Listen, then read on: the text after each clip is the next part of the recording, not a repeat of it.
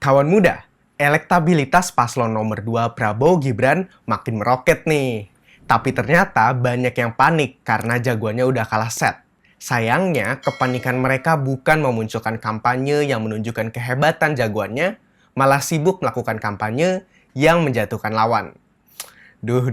Panik sih panik, tapi nggak gitu juga konsepnya. Masa yang muncul jadi seperti ini? Atau yang begini?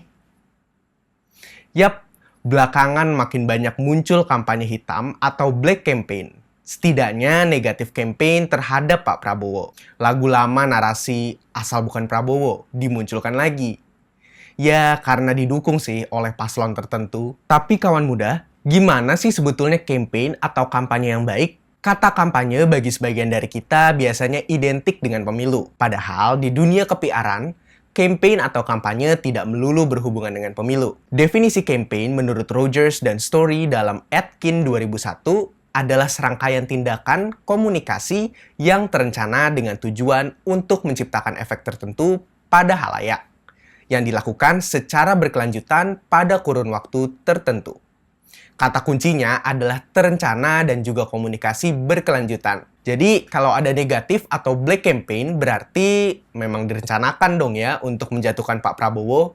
Untuk campaign yang berhasil memang gak bisa asal serang kiri kanan.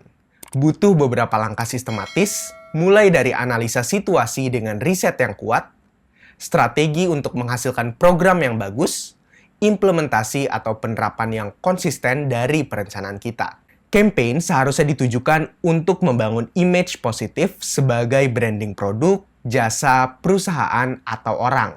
Caranya antara lain dengan membangun brand awareness atau kesadaran publik terhadap merek serta brand identity, yaitu identitas merek. Makanya seharusnya campaign itu berfokus pada cara mengkomunikasikan visi, misi, ataupun rencana kerja jagoan kita. Sehingga masyarakat tidak beli kucing dalam karung.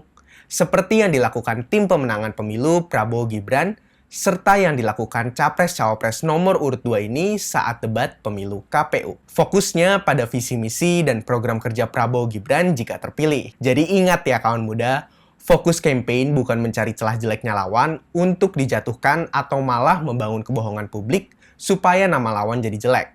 Ada beberapa campaign yang diakui paling sukses sepanjang masa.